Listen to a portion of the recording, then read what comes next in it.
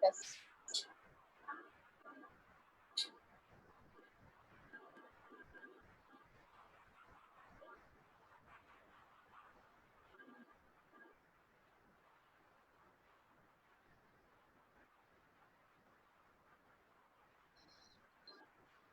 আসসালামু আলাইকুম dear viewers, আপনাদের সবাইকে স্বাগত জানাচ্ছি এক্সিলেন্স বাংলাদেশের অফিসিয়াল ফেসবুক ফ্যান পেজটি আছে সেখান থেকে।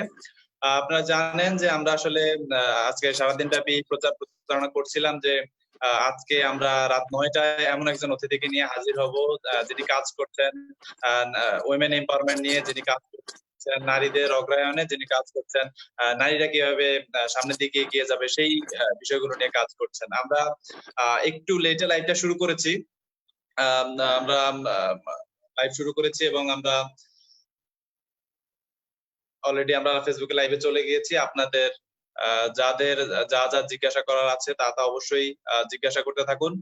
আমরা লাইভে জয়েন করে ফেলেছি। তার আগে আমি আপনাদেরকে আরো একবার বলে দিতে চাই যে দেশের যে অবস্থা আমরা আসলে পার করছি সেখানে আমাদেরকে আসলে একটু সতর্কভাবে চলাফেরা করতে হবে এবং আমরা দেখতে পাচ্ছি যে আসলে দেশের যে পরিস্থিতি আসলে দিন দিন আরো নেগেটিভিটির দিকে যাচ্ছে, আক্রান্তের সংখ্যা বাড়ছে। তো সেক্ষেত্রে আসলে সচেতনতা ছাড়াই আমাদেরকে আসলে আর অন্য কোনো পথ আমরা আসলে এই মুহূর্তে দেখতে পাচ্ছি না। আমরা সম্ভবত আমাদের গেস্ট ডিসকানেক্ট হয়ে গিয়েছে, আমরা আবার চেষ্টা করছি।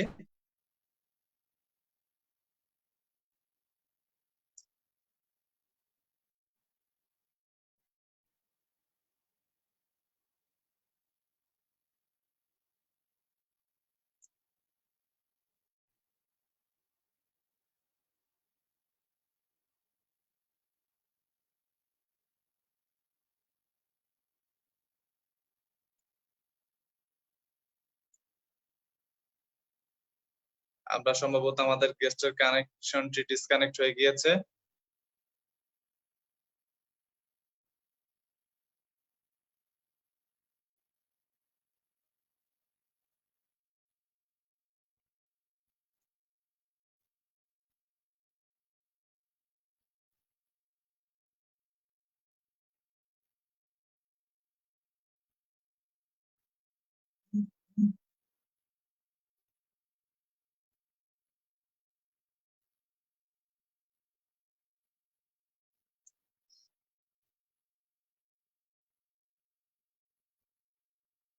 আপু, আপনি কি আমাকে শুনতে পাচ্ছেন? জি, আমি শুনতে পাচ্ছি। আপনি কি আমাকে শুনতে পাচ্ছেন না দেখতে পাচ্ছেন? হ্যাঁ, আমি শুনতে পাচ্ছি। আমরা কানেকশন ডিসকানেক্ট হয়ে যাওয়ার কারণে আবার আমরা আপনাদের সামনে পরিচয় করে দিতে চাই। আমাদের সাথে আজকে আছে আনিকা আপু, যিনি ওমেন এম্পাওয়ারমেন্ট নিয়ে কাজ করছেন। আমরা তার প্রতিষ্ঠানটির নামও বলেছি নিবেদিতা। আমরা আসলে আজকের এই লাইভ সম্পর্কে প্রথমে আমাদের আপুর কাছে চলে যাচ্ছি আজকের এই লাইভ নিয়ে ছোট্ট করে শুরু করার জন্য। আচ্ছা, ধন্যবাদ আমাকে রিয়াজ ভাই পরিচয় করিয়ে দেওয়ার জন্য। যারা আমাকে দেখছেন সবাইকে এই লাইভে আমরা মানে থ্যাঙ্কস জানাচ্ছি দেখার জন্য। সো হোপফুলি আপনাদের আমাদের লাইভ ভালো লাগবে, আমাদের কথাগুলো আপনাদের ফিউচারে কাজে আসবে। আচ্ছা, আসলে আপু আমরা জানি যে নিবেদিতা এবং আপনি নারীদের এম্পাওয়ারমেন্ট নিয়ে বেশ কিছুদিন যাবত ধরে কাজ করছেন। আমরা নিবেদিতার কার্যক্রম দেখছি। আপনি ঢাকা ঢাকা ছেড়েও কিন্তু ঢাকার বাইরে আপনার নিবেদিতা বেশ পরিচিত একটি নাম আমরা জানি। তো সেক্ষেত্রে এখন আসলে দেশের যে পরিস্থিতি আমরা দেখতে পাচ্ছি যে মোটামুটি সারা দেশ এক প্রকার আসলে অঘোষিত লকডাউন বলা যায় সেভাবে আছে। যারা নারী উদ্যোক্তা ছিলেন, যারা ওমেন এম্পাওয়ারমেন্ট নিয়ে কাজ করছেন, তারা আসলে একটু বাসায় বসে চেষ্টা করছেন কিভাবে কাজ করা যায়। সেক্ষেত্রে আমরা যদি বলি আপনাদের আসলে প্রিপারেশন কি এই মুহূর্তে বাসায় বসে থেকে? আচ্ছা, প্রথমত আমি নিবেদিতার ফাউন্ডার হিসেবে পরিচিত সবার কাছে। আমি নিবেদিতার ফাউন্ডার হিসেবে পরিচিত, তার পাশাপাশি আমার একটা পরিচয় আছে। আমি কর্পোরেট সেক্টরে আছি বেশ অনেক বছর যাবত। সো আমি 2011 থেকে কর্পোরেট সেক্টরের সাথে মেইনলি কানেক্টেড আছি। সো আমার বর্তমান যে ডেজিগনেশন, আমি একটা আর্কিটেকচার ফার্মে সিনিয়র এইচআর এক্সিকিউটিভ হিসেবে কাজ করছি। তো আমার পড়াশোনার মাঝামাঝি আমার মনে হলো যে আমি মেয়েদের জন্য কিছু করি। তো এই ভাবা থেকে আমি 2018 সালে নিবেদিতা ফর্ম করি। এটা একটা অর্গানাইজেশন যেখানে আমরা women empowerment and entrepreneurs development নিয়ে কাজ করছি। তো রিসেন্টলি আমরা যেটা দেখি যে সবাই হচ্ছে সেন্ট্রালাইজড ঢাকামুখী, সবাই আমরা ঢাকা থেকে প্রিভিলাইজ হচ্ছি। সো আমরা যদি একটু খেয়াল করি, আমি যখন আমার নিবেদিতা অর্গানাইজেশনটা ফর্ম করি তখনই আমি যেটা খেয়াল করেছি সবচেয়ে বেশি প্রবলেম হচ্ছে আমাদের ঢাকার বাইরের মেয়েদের। সব ধরনের কম্পিটিশন বলেন, তারপর হচ্ছে ঢাকায় এসে পড়াশোনা করা, জব করা, বিজনেস করা, ফ্যামিলি রেস্ট্রিকশনস থাকে অনেক। সো মেয়েদের জন্য এটা অনেক বেশি টাফ হয়ে যায়, অনেক বেশি চ্যালেঞ্জিং হয়ে যায়। দ্যাটস দ্য রিজন যে আমার নিবেদিতাটা ফর্ম করা। তো আমি নিবেদিতাটাকে ঢাকা, চট্টগ্রাম এবং কুমিল্লা বেস, এখন আমরা এই বেলটা আমরা কাজ করছি মেয়েদের জন্য। তো এখানে আমরা সবচেয়ে বেশি চ্যালেঞ্জ গুলো দেখতে পাই যে মেয়েরা কি কম্পিটিশন থেকে কতটা পিছিয়ে আছে, কতটা ওদের লার্নিং এর দরকার, হ্যাঁ, সো কতটা ওদের ট্রেনিং এর দরকার, এই জিনিসগুলো আমরা ফার্স্টে ওদের মধ্যে দেখি। সো এই জিনিসটা নিয়ে আমরা পরবর্তীতে কাজ করা শুরু করি যে কিভাবে তাদেরকে আমরা ডেভেলপ করতে পারি। তো এখন আপনি যেটা বলছেন আপনার প্রশ্ন যে করোনা নিয়ে, এখন যে করোনার যে প্রবলেম চলছে, সবচেয়ে বেশি এফেক্টেড হচ্ছে অনলাইন বিজনেস যারা করছেন, তারা কিন্তু বেশি এফেক্টেড। সো আমরা যদি সেটা দেখতে যাই তাহলে আমি বলবো এখানে আমাদের ক্ষতির সম্ভাবনাটাই বেশি। আমাদের আমার যে অনলাইন ভিত্তিক কার্যক্রম যখন চলে, আমার এই অর্গানাইজেশনে একটা অনলাইন প্ল্যাটফর্ম আছে নিবেদিতার।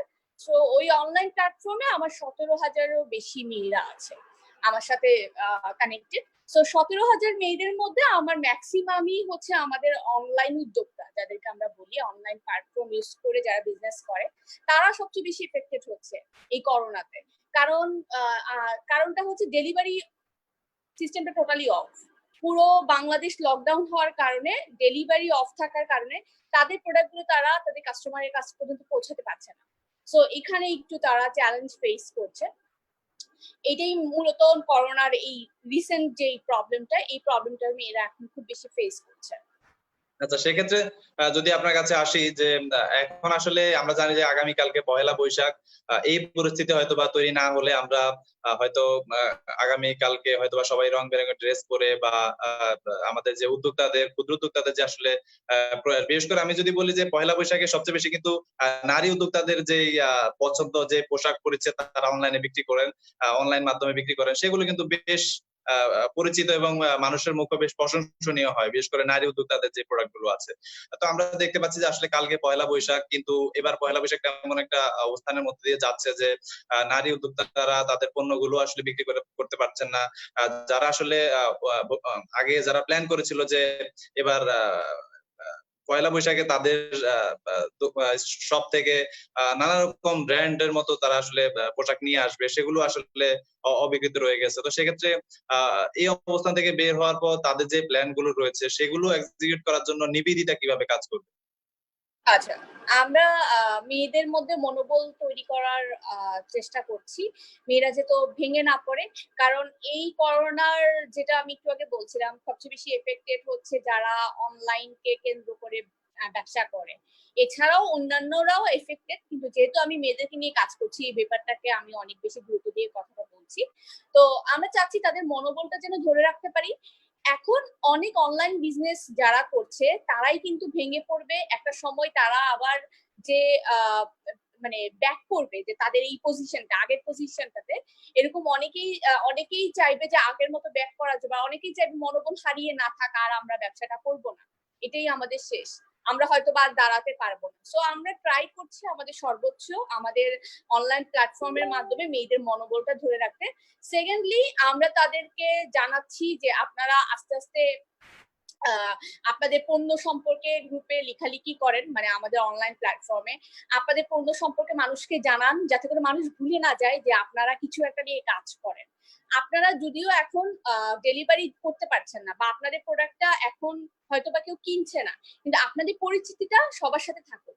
এতে করে হবে কি, যখন দেশের অবস্থা ভালো হবে তখন আপনাদের এই প্রোডাক্টটা আবার মানুষের চোখে বা মানুষের মাথায় থেকে যাবে, যে এই আপুটা বা এই বিজনেস প্ল্যাটফর্মটা বা এই অনলাইন পেজটা এই ধরনের বিজনেস করতো, আমি তাদের কাছ থেকে চাইলে পণ্য কিনতে পারি। আর তৃতীয়ত, আমরা আরেকটা জিনিস করছি, আমরা স্থানীয় কিছু পুলিশ প্রশাসনের সাথে কথা বলে ট্রাই করছি, যাতে করে আমাদের যেসব উদ্যোক্তারা আছেন তারা যেন তাদের প্রোডাক্টটা এক জায়গা থেকে আরেক জায়গায় পৌঁছাতে পারে, যেহেতু এখন আমাদের ডেলিভারি অফ, ডেলিভারিটা যেন আমরা কোনো না কোনো ভাবে তাদের জন্য অ্যালাউ করতে পারি, তারা যেন নিজেই আশেপাশে যে যে কাস্টমার গুলো আছে তাদের কাছে প্রোডাক্টটা পৌঁছে দিতে পারে। এই কার্যক্রমটা এখনো রানিং, এটা আমি এখনো কথা বলছি, ইনশাল্লাহ আমরা কিছু একটা করতে পারবো। সেটাই আসলে আমরা গত 2 দিনও আসলে ই কমার্স নিয়ে বেশ আলাপ আলোচনা করেছিলাম আমাদের দুইজন সম্মানিত অতিথির সাথে। তারাও আসলে বলেছিলেন যে এই সময়ে আসলে উদ্যোক্তা যারা রয়েছেন তাদের নেটওয়ার্কিংটা ধরে রাখা হচ্ছে সবচেয়ে বড় গুরুত্বপূর্ণ কাজ। কারণ নেটওয়ার্কিংটা যদি তারা ধরে রাখতে পারে তাহলে হয়তোবা তারা ভবিষ্যতে আবার মার্কেটে খুব ভালোভাবে ব্যাক করতে পারবে। আমরা আরো একটু আশার বাণী শুনেছিলাম যে ই কমার্স ইন্ডাস্ট্রিতে যেসব নারী উদ্যোক্তারা বা যেসব অন্যান্য উদ্যোক্তারা রয়েছেন তারা অনেক কাজ করছেন, বা এখন আমরা যতটুকু জানতে পেরেছি যে ই কমার্স অ্যাসোসিয়েশন যেটা আছে তাদের আওতাভুক্ত যেই ই কমার্স প্রতিষ্ঠানগুলো রয়েছে তারা অলরেডি নাকি পারমিশন পেয়েছে ডেলিভারি করতে পারবে আসলে এই সময়ে। তো সেক্ষেত্রে নারীদের ক্ষেত্রে ব্যাপারটা একটু কঠিন, কারণ তাদের একটা প্রতিষ্ঠান চালানো, বাসায় বসে থেকে আবার পার্সেল যারা দিবে তাদেরকে ঠিক করা, ম্যানেজ করা অনেক কঠিন। তো সেক্ষেত্রে এই চ্যালেঞ্জ গুলো নারীদের সামনে চলে আসছে অটোমেটিক্যালি, কারণ ডেলিভারি করতে আসলে মূলত মূল সমস্যাটা হয়। সেক্ষেত্রে আপনাদের দিক থেকে কোনো সলিউশন বা কোনো উদ্যোগ নেওয়া হয়েছে কিনা, যদি তারা কাজ করতেও পারে ডেলিভারি গুলো আসলে দেওয়ার ক্ষেত্রে আপনাদের দিক থেকে কোনো উদ্যোগ নেওয়া হয়েছে কিনা? ডেলিভারির ক্ষেত্রে আমরা অ্যাকচুয়ালি রিয়াজ ভাই পুরোপুরি কোনো সলিউশন আসতে পারবো না, কারণ যেহেতু এটা একটা মহামারীর সিচুয়েশন, এটা কিন্তু শুধুমাত্র আমাদের না, এটা সবাইকে এফেক্ট করছে। তো আমরা যতটুকু সলিউশন, আমি আপনাকে একটু আগে যেটা বলছিলাম, আমরা অতটুকু সলিউশনই দিতে পারবো, বা অতটুকু তাদেরকে আমরা পরিচিতিটা আমরা ঠিক রাখছি, নেটওয়ার্কিং কিভাবে করবে এই জিনিসগুলো আমরা তাদেরকে শেখাচ্ছি, এবং তাদের এই জিনিসগুলো কিভাবে ধরে রাখবে সেই ব্যবস্থাও করে দিচ্ছি। কিন্তু এই ডেলিভারির ব্যাপারটা নিয়ে আমি বলেছি যে সবাইকে আমরা চাইলেও বেনিফিটেড করতে পারবো না, বা আমরা চাইলেও কিন্তু ঢাকার বাইরে ডেলিভারির এখন ব্যবস্থা করে দিতে পারবো না যতক্ষণ না পর্যন্ত দেশের অবস্থা স্থিতিশীল হচ্ছে। তো আমরা যেটা করতে পারি, অলরেডি আমি বলেছি আপনাকে, যে আমরা স্থানীয় যে পুলিশ প্রশাসন তাদের সাথে কথা বলে অল্প কিছু যারা সিটির মধ্যে আছেন তাদেরকে যেন ডেলিভারিটা করে দিতে পারে সেই ব্যবস্থাটা আমরা করার চেষ্টা করছি। আচ্ছা, সেক্ষেত্রে আমরা অলরেডি নিবেদিতার কাজ সম্পর্কে শুনেছি, হয়তো অনেকে মিস করেছেন, তারা আবার প্রশ্ন করেছেন যে আসলে নারীদের ক্ষেত্রে নিবেদিতার কার্যক্রম গুলা যদি একটু স্পেসিফিক ভাবে ক্লিয়ার করে বলা যায়।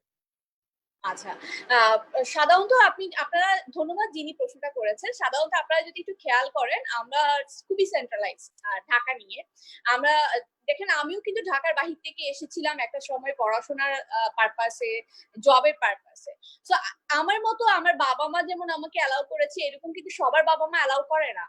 অথবা কোনো মেয়ে যদি বিবাহিত হয় সেক্ষেত্রে তার হাজবেন্ড অনেক সময় অ্যালাউ করে না যে সে ঢাকার বাহির থেকে ঢাকায় এসে কোনো ট্রেনিং নিবে অথবা কোনো জব করবে, পড়াশোনার জন্য আসতে পারে। তো সবার জন্য এই ফ্যাসিলিটি অবশ্য থাকে না, ফ্যামিলির বিভিন্ন রকম রেস্ট্রিকশনস থাকে, এটা আমরা জানি। সো আমরা যেটা চিন্তা করেছি যে নিবেদিতার থ্রুতে আমরা যেই ফ্যাসিলিটি গুলো ঢাকাতে মেয়েরা পাচ্ছে সেই ফ্যাসিলিটি গুলো ঢাকার বাইরে দেওয়ার জন্য আমরা এই যাবৎকাল মেয়েদের জন্য একটা সামিট করেছি স্কিল ডেভেলপমেন্ট নিয়ে, এবং হচ্ছে ই কমার্স সম্পর্কে ধারণা দেওয়ার জন্য আমরা একটা সামিট করেছিলাম গত 2019 সালের অগাস্টে, এবং সামিটটা হয়েছিল কুমিল্লায়। 400-রও বেশি মেয়েদেরকে নিয়ে আমরা এই সামিটটা করেছি, এবং খুবই সাকসেসফুল একটা সামিট ছিল। এবং ওই সামিটে আমরা বিভিন্ন রকম স্কিল ডেভেলপমেন্ট নিয়ে মেয়েদেরকে ঢাকা থেকে গেস্ট নিয়ে যেয়ে তাদেরকে আমরা ট্রেনিং করেছি। এবং ঢাকা থেকে আয়মান সাদিক ভাইয়া, ফটোগ্রাফির জন্য প্রীত রেজা ভাইয়া, আমরা যদি দেখি যে ইকবাল বাহার ভাই, তারপর ই কমার্স অ্যাসোসিয়েশন, এরা ওনাদেরকে আমরা কুমিল্লা পর্যন্ত নিয়ে গিয়েছি মেয়েদের ডেভেলপমেন্টের জন্য। এছাড়াও আমরা যেটা করি, ছোট ছোট করে আমরা ট্রেনিং এর ব্যবস্থা করে দিই মেয়েদেরকে জন্য, বিভিন্ন অর্গানাইজেশনের কথা বলে, যেমন ডিজিটাল মার্কেটিং নিয়ে আমরা তাদেরকে শেখাচ্ছি, এফ কমার্স নিয়ে শেখাচ্ছি, ই কমার্স কি সেই জিনিসগুলো শেখাচ্ছি। সো আমরা তাদের লার্নিং পার্টটাকে যতটুকু ডেভেলপ করা যায় সেই জিনিসটা আমরা ট্রাই করে যাচ্ছি। ইন রিসেন্টলি যদি করোনার জন্য আমার একটা বড় রকমের একটা প্রজেক্ট পোস্টপোন করতে হয়েছে। সো আমি প্রজেক্টটা নিয়ে একটু কথা বলি, সেটা হচ্ছে আমরা একটা এনজিওর সাথে কথা বলি, আমেরিকান কোম্পানি, যেটা থ্রুতে আমরা মেয়েদেরকে ফান্ডিং এর ব্যবস্থা করে দিব, তারা যেন বিজনেসটা করতে পারে। আমরা যদি একটু খেয়াল করি, অনলাইন বিজনেস করতে ফান্ডিং এর খুব দরকার হয়, বা যে কোনো বিজনেস করতে ফান্ডিং এর খুব দরকার হয়, কিন্তু একটা মেয়ের জন্য ফান্ডিংটা আনাটা টাফ হয়ে যায়। বা তার কাছে এটা অ্যাভেলেবল থাকে না, যে টাকাটা দরকার বিজনেসে, মূলধন যেটাকে আমরা বলি, ক্যাপিটাল যেটাকে বলি। সো আমরা ঠিক করেছি যে আমাদের গ্রুপ, আমাদের যে নিবেদিতা অর্গানাইজেশন আছে বা অনলাইন প্ল্যাটফর্ম আছে, সেটা থ্রুতে মেয়েদেরকে আমরা বেনিফিট দিব, যে তাদেরকে আমরা ফান্ডিং এর ব্যবস্থা করে দিব কোনো একটা কোম্পানির থ্রুতে। সো এটার জন্য ওরা 6 মান্থের একটা গ্রুমিং পাবে, আফটার দ্যাট ওরা একটা ফান্ডিং পাবে। সো করোনার জন্য আমাদের এটা স্থগিত করতে হয়েছে, কারণ এটা যদি আমরা করি, গ্রুমিং এর কারণে একসাথে অনেক মানুষ জড়ো হতে হবে। সো এখন যেহেতু আমাদের সচেতনতা বৃদ্ধির জন্য সবাইকে আলাদা আলাদা ঘরে থাকতে হচ্ছে, হোম কোয়ারেন্টাইনে থাকতে হচ্ছে, দ্যাটস দ্য রিজন আমরা এটা পোস্টপোন করেছি। ইনশাআল্লাহ যখন দেশের অবস্থা স্থিতিশীল হবে, ভালো হবে, তখন আমরা মেয়েদের জন্য এই ফান্ডিং এর ব্যবস্থাটা আবারও এই কার্যক্রমটা চালিয়ে যাব।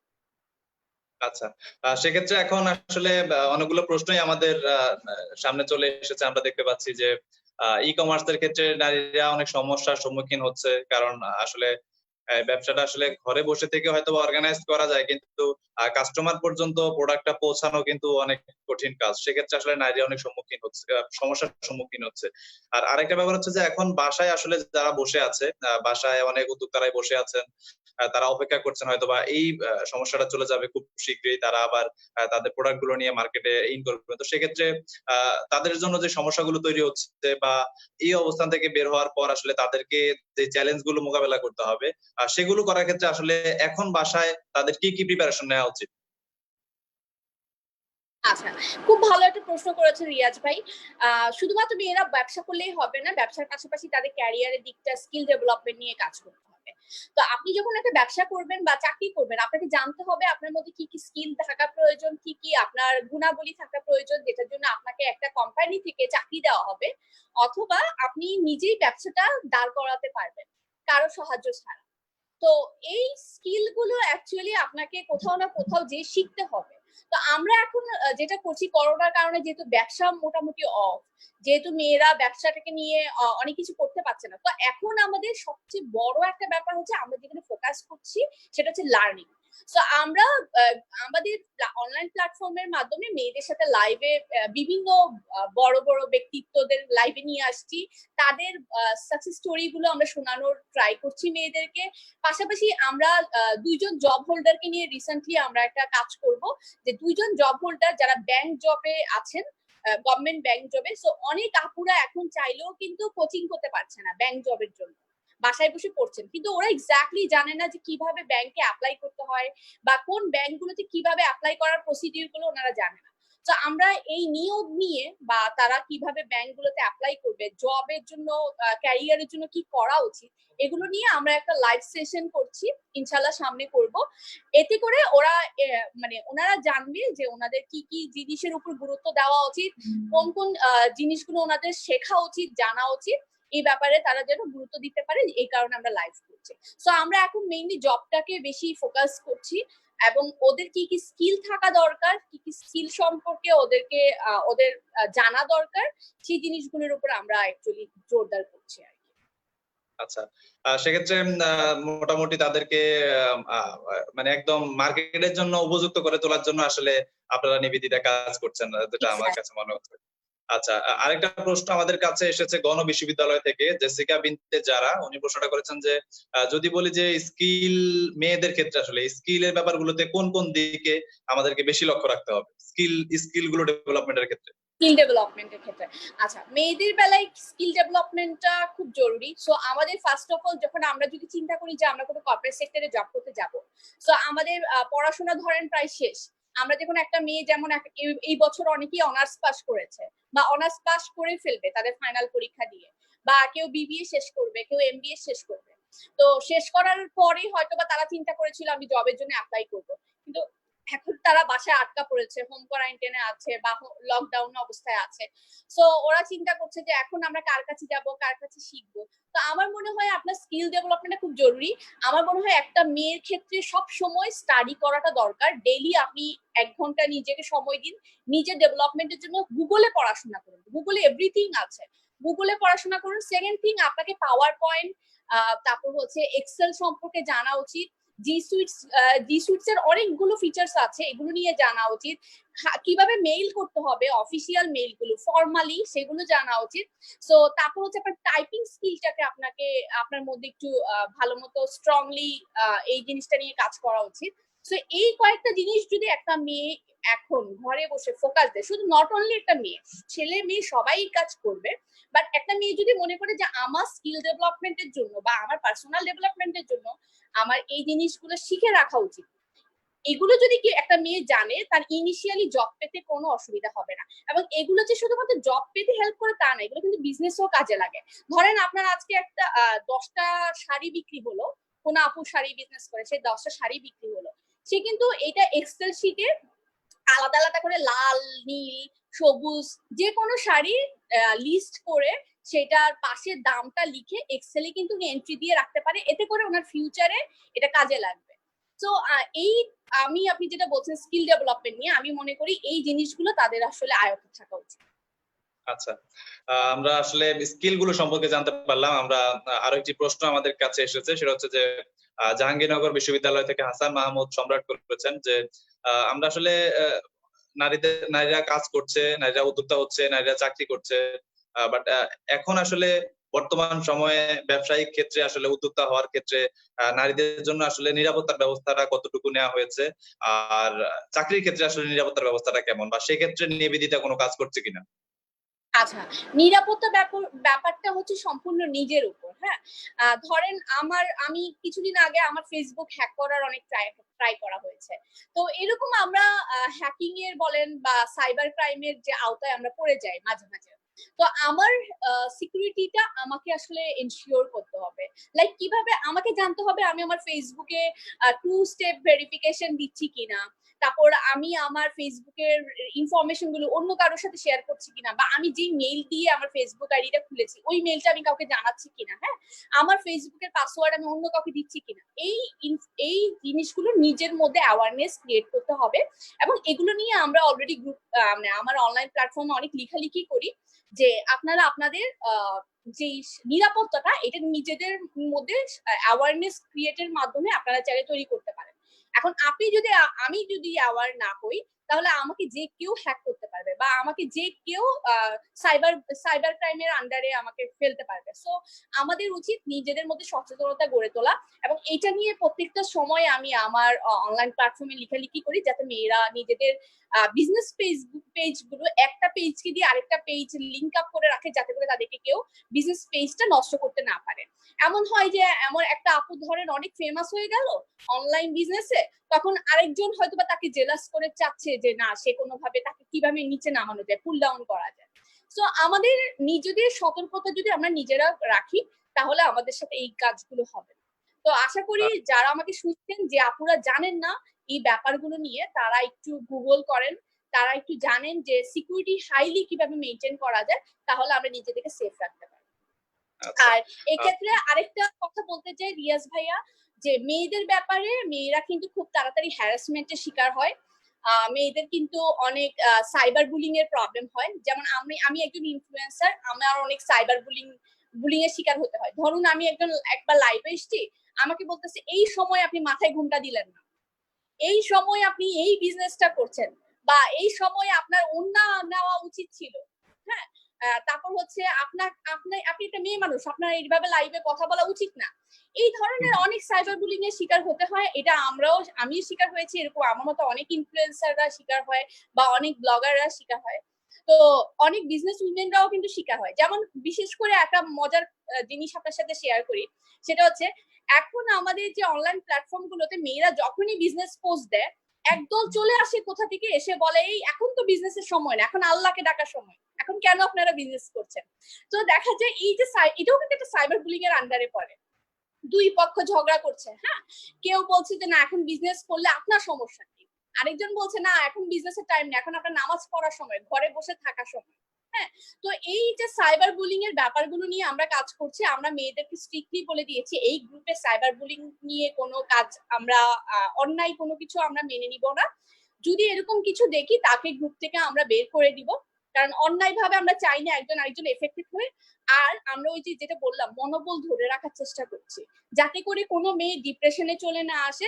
কারণ আমরা যারা 9 to 5 জব করি আমরা কিন্তু ডিপ্রেশনে চলে আসি অনেকেই, কারণ আমরা বাসা থেকে বের হতে পারছি না, আমরা চাইলেও অনেক কিছু করতে পারছি না। তো আমরা এভাবে বাসা থেকে আসলে অভ্যস্ত না। তো অনেকে আমাদেরকে জাজমেন্ট করছে যে কেন আপনি বাসায় থেকে এটা করছেন ওটা করছেন। তো আমি সবাইকে যেটা বলবো, আমরা মনোবল ধরে রাখার চেষ্টা করছি। আপনারা এই ধরনের ইরিটেটিং কাজ যারা আমাকে শুনছেন তারা করবেন না। আর আপনাদের আশেপাশে যদি এরকম ইরিটেটিং কেউ করতে চায়ও তাদেরকে আপনারা স্ট্রিক্টলি থামিয়ে দিন। আচ্ছা, আরেকটা প্রশ্ন আমাদের কাছে এসেছে, সেটা হচ্ছে ব্র্যাক ইউনিভার্সিটিতে। ওই প্রশ্নটা আসলে খুব গুরুত্বপূর্ণ একটি প্রশ্ন, যার কারণ হচ্ছে আমি প্রশ্নটা নিচ্ছি। আমাদের এক্সেলেন্স বাংলাদেশের ব্র্যাক ইউনিভার্সিটির অ্যাম্বাসেডর জুনায়েদ উদ্দিন করেছেন যে, আপু নারীদের ক্ষেত্রে সামাজিক প্রতিবন্ধকতা কিভাবে দূর করব? আচ্ছা, নারীদের ক্ষেত্রে সামাজিক প্রতিবন্ধকতা দূর করার জন্যই মেনলি নিবেদিতার আগমন। নিবেদিতাকে নিয়ে আমি 2টা বছর অনেক স্ট্রাগল করেছি, অনেক স্ট্রাগল করে নিবেদিতার একটা পজিশনে নিয়ে এসেছি।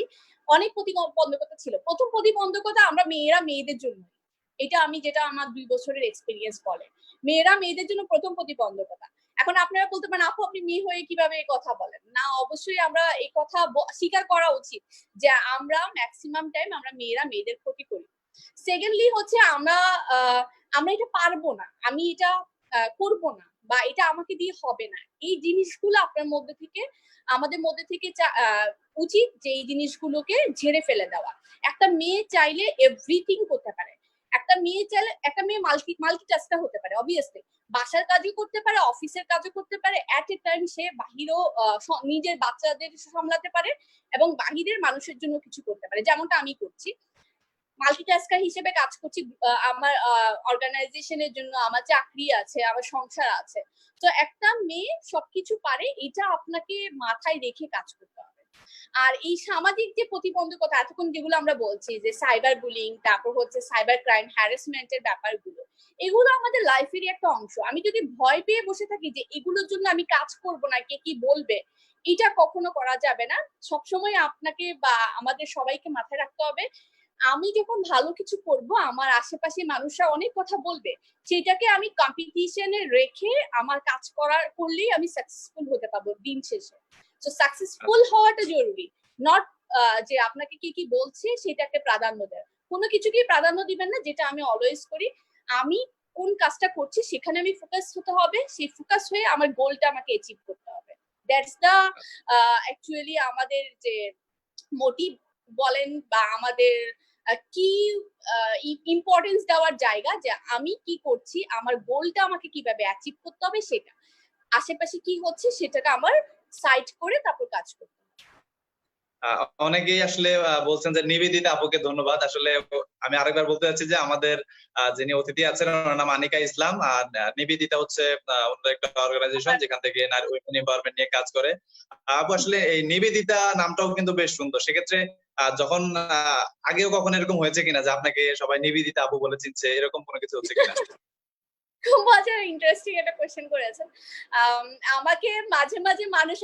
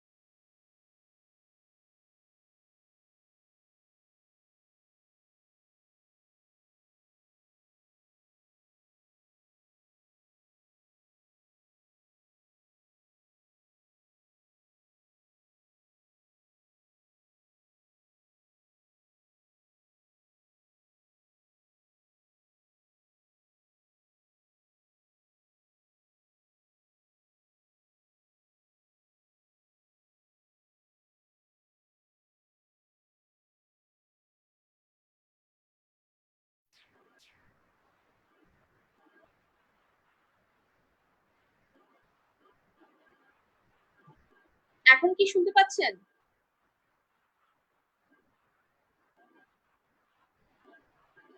আমি না, শুনতে পাচ্ছি। আমরা শুনতে আমি পাচ্ছি একজন আরেকজনকে, বাট অডিয়েন্স আমাদেরকে শুনতে পাচ্ছে না।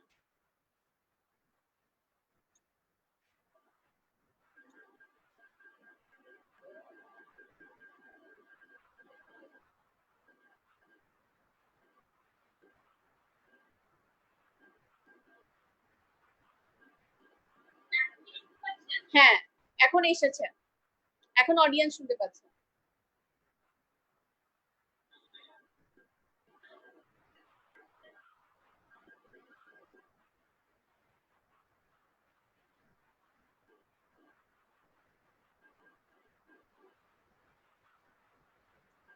ইয়েস ভাই, অডিয়েন্স আমাদেরকে এখন শুনতে পাচ্ছে।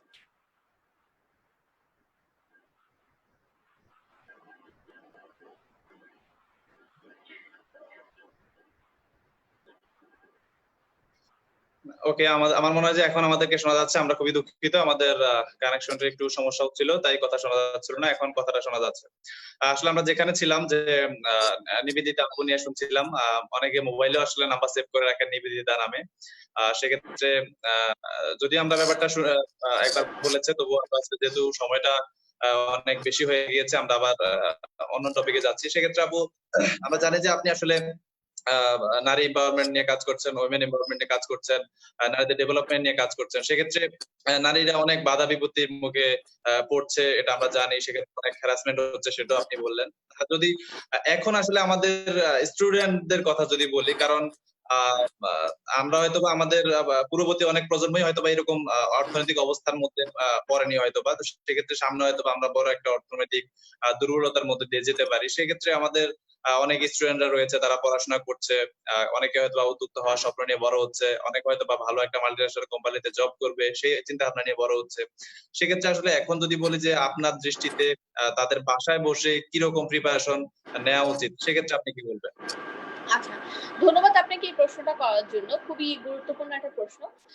আমরা যারা কর্পোরেট সেক্টরে আছি, আমরা মোটামুটি আঁচ করতে পারছি যে এখন যে বর্তমানে আমাদের ফাইন্যান্সিয়াল অবস্থাটা খুবই খারাপ হতে যাচ্ছে। সো আমরা আমাদের দেশে খুব বড় রকমের একটা ট্র্যাজেডি নেমে আসবে, বিকজ অফ ফাইন্যান্সিয়াল ক্রাইসিস থাকবে। তো এখন ম্যাক্সিমাম মানুষই, এটা আমাদের একটা অ্যাজিউমিং, হ্যাঁ, আমরা যারা কর্পোরেট সেক্টরে আছি আমরা অ্যাজিউম করতে পারি এখন বড় রকমের একটা মানুষের মানে দলের বা একটা গ্রুপের যেটা হবে, চাকরি চলে যেতে পারে, চাকরি চলে যাওয়ার সম্ভাবনা আছে। হ্যাঁ, তো তারপর যখন আমরা যখন দেখবো যে আমাদের এই ক্রাইসিসটা আরো বাড়ছে, তখন দেখা যাবে যে মানুষের এই যে ফাইন্যান্সিয়াল কন্ডিশনটা খুবই উইক হয়ে যাবে। তো এখন চাকরির বাজারে কেউ যদি চিন্তা করে যে না, আমি চাকরির বাজারে এই করোনার পরিস্থিতি ঠিকঠাক হলে আমি চাকরির বাজারে ঢুকতে চাই, তখন এটা তাদের জন্য অনেক চ্যালেঞ্জিং হয়ে যাবে। এটা আসলে অতটা ইজি থাকবে না আগের মতো, যে চাইলেই আমরা পড়াশোনা করেই ইন্টারভিউ দিতে পারবো বা অনেক অনেক সার্কুলার থাকবে, এরকমটা মোটেও হবে না। তো আমাদের যেটা করা উচিত, এখন যারা বাসায় আছেন, স্টুডেন্ট বলেন বা যারা চিন্তা করছেন যে এর মধ্যে গ্রাজুয়েশন শেষ করে ফেলবেন, এর মধ্যে বিবিএ এমবিএ শেষ করে ফেলতে পারেন, অথবা এর মধ্যে চিন্তা করছেন যে না, টাইমটাকে আমরা কাজে লাগাই, তো আমি যেটা আপনাদেরকে সাজেস্ট করবো, বাসায় বসে এখন আপনারা যথেষ্ট স্টাডি করেন, নিজেদেরকে নিজেদের কম্পিটিটর যারা, বা আপনারা এই কম্পিটিটিভ কান্ট্রিতে বা এই কম্পিটিটিভ ইন্ডাস্ট্রিতে যাতে নিজেকে টিকিয়ে রাখতে পারেন, নিজেদের মধ্যে লার্নিং জিনিসটা একটু বাড়াতে হবে। বাসায় বসে গুগল করতে হবে, বাসায় বসে আইটি রিলেটেড স্কিল গুলো নিজের মধ্যে ইনক্রিজ করতে হবে, বাসায় বসে হচ্ছে প্র্যাকটিস করতে হবে ইন্টারভিউ সেশন গুলো, বাসায় বসে প্র্যাকটিস করতে হবে স্কিল ডেভেলপমেন্টের বিভিন্ন অনলাইন কোর্সেস আছে, ফ্রি কোর্সেস, ওগুলোতে ওরা এনরোল করতে পারে, এনরোল করে সেগুলো নিয়ে কাজ করতে পারে। ঠিক আছে? সো আমি যেটা বলবো যে বাসায় বসে আপনারা ব্যাংক জবের জন্য পড়াশোনা করতে পারেন, বাসায় বসে আপনারা ইংলিশ লার্নিং এর উপরে জোরদার করতে পারেন, স্পিকিং এর উপর পড়াশোনা করতে পারেন, সবকিছু আপনারা গুগল ইউটিউবের মাধ্যমে আপনারা অনলাইন কোর্সেস গুলোতে এনরোল হয়ে পড়াশোনা করেন। আচ্ছা, কারণ সামনে সেক্ষেত্রে অনেক বড় চ্যালেঞ্জ, সেটাকে আপনাদেরকে মাথায় রেখে কাজ করতে হবে। মানে আমাদেরকে মেন্টালি একটা প্রিপারেশন নিয়ে মোটামুটি আগামীর মার্কেটে আসলে কাজ করতে হবে। সেক্ষেত্রে আমরা এখন যেরকম পড়াশোনা করছি হয়তোবা তার থেকে আরো বেশ কিছু নতুন নতুন সাবজেক্ট নিয়ে পড়াশোনা করা নিজের মধ্যে উচিত, এমন স্টাডি কিছু করা স্কিল রেডি করতে হবে যাতে করে আপনার জায়গায় আরো 10 জনের জায়গায় যেন আপনি নিজেকে নিয়ে আসতে পারেন, যে না এই 10 জনকে কেন কোম্পানি দিবে, কোম্পানি আমাকে নিবে বা কোনো কোম্পানি আমাকে জব দিবে বিকজ অফ আমি ওই 10 জন থেকে এই সেক্টরে আমি তাদের থেকে এগিয়ে। তো নিজের মধ্যে যতটা স্কিল আপনি গ্রো করতে পারবেন, যতটা আপনি জানবেন, আপনার মধ্যে লার্নিংটা যতটুকু থাকবে সেটার উপর ডিপেন্ড করে আপনার জবটা তত তাড়াতাড়ি হবে। অসংখ্য ধন্যবাদ আপু, অনেক সুন্দর করে আসলে আমরা দেখতে পাচ্ছি অনেকেই বলছেন যে উদাহরণ সহ এত সুন্দর করে গুছিয়ে উত্তর আসলে আগে পাইনি। আমাদের বোঝার ক্ষেত্রে আসলে উদাহরণগুলো খুব ভালো ছিল। আর আরো কিছু প্রশ্ন এসেছে, আমরা যেহেতু শেষ মুহূর্তে চলে আসছি, আমরা আবার আসছি আপনার কাছে একটা ছোট অ্যানাউন্সমেন্ট দিতে চাই। সেটা হচ্ছে যে আমরা জানি যে আগামীকাল পয়লা বৈশাখ, আমাদের আজকে আমাদের মাননীয় প্রধানমন্ত্রী লাইভে এসে ঘোষণা দিয়েছেন যে সবাই যার যার বাসায় থেকে এবারের নববর্ষ উদযাপন করুন এবং বাসায় বসে ঘরের মানুষদের সাথেই আসলে নববর্ষটা পালন করুন।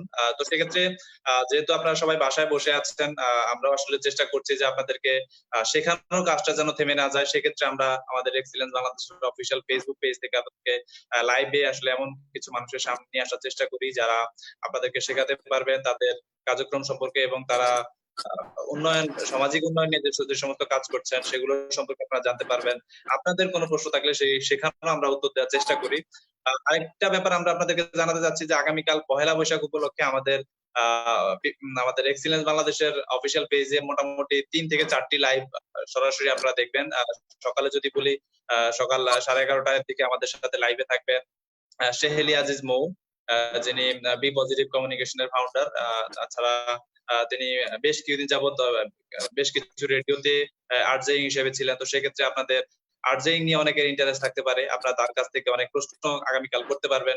এছাড়া যদি বিকেলে বলি, বিকেলে আমাদের এক্সিলেন্স বাংলাদেশের অ্যাম্বাসেডর টিমে থেকেও হয়তোবা লাইভে আসার সম্ভাবনা আছে। তারা তাদের বাসায় কিভাবে নববর্ষ উদযাপন করছে সেগুলো নিয়ে। আর মোস্ট ভাইরাল যে নিউজটি অলরেডি আপনারা আমাদের ফেসবুক পেজে দেখেছেন যে আগামীকাল রাত 9টায় the one and only important একটা পার্সন আমাদের স্টুডেন্ট সমাজের জন্য, আইমান সাদিক ভাইয়া, 10 মিনিট স্কুলের প্রতিষ্ঠাতা, আপনারা জানেন। উনি কাল রাত 9টায় আমাদের এক্সিলেন্স বাংলাদেশের পেজ থেকে লাইভে আসবেন। সেক্ষেত্রে আপনারা কিন্তু কালকে নববর্ষের উদযাপনটা তার সাথেও একটু শেয়ার করতে পারেন। আপনারা কিভাবে শেয়ার করেছেন, তিনি কিভাবে তার নববর্ষ পালন করছেন, সেগুলো নিয়ে অনেক কথাবার্তা হবে। এছাড়াও তিনি আপনাদের বেশ কিছু গাইডলাইন নিয়ে কথা বলবেন। আমরা চাইবো যে আপনারা আগামীকাল আমাদের লাইভে জয়েন করবেন। আমরা আবার আসলে ব্যাক করছি আমাদের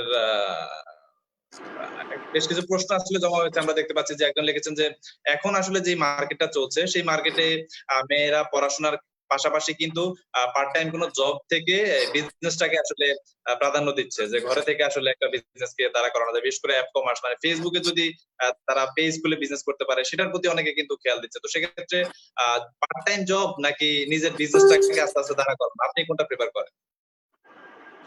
আচ্ছা, মেয়েদের জন্য এখন অনেক যেটা ইজি হয়ে গেছে, বা আগে আমাদের সময়টা ছিল না। একটা সময় যখন আমরা চাইতাম যে পার্ট টাইম জব করা যাবে, তখন আমরা কর্পোরেট সেক্টর গুলোতে পার্ট টাইম জবের সার্কুলার নিয়ে আমরা অনেক বিজি থাকতাম। কিন্তু এখন যেহেতু আমরা অনলাইন যুগে বসবাস করছি, এখন যেহেতু আমাদের অনলাইনে অনেক কিছু করা যায়, এখন একটা মেয়ের জন্য ঘরে বসে পড়াশোনার পাশাপাশি বিজনেস করাটা অনেক ইজি হয়ে গেছে। তো আমি এটা প্রেফার করি যে এফ কমার্স ইউজ করে আপনারা যে পার্ট টাইম জব গুলো এখন না খুঁজে, যে বাহিরে যে আমি 9 ঘন্টা পার্ট টাইম জব করবো। যদি আমি একটা এক্সাম্পলের সাথে দিই, একটা সময় রবি, বাংলা লিংক এগুলোতে কিন্তু কল সেন্টারে পার্ট টাইম জব করা যেত। সো তখন একটা ভালো অ্যামাউন্ট তারা প্রোভাইড করতো।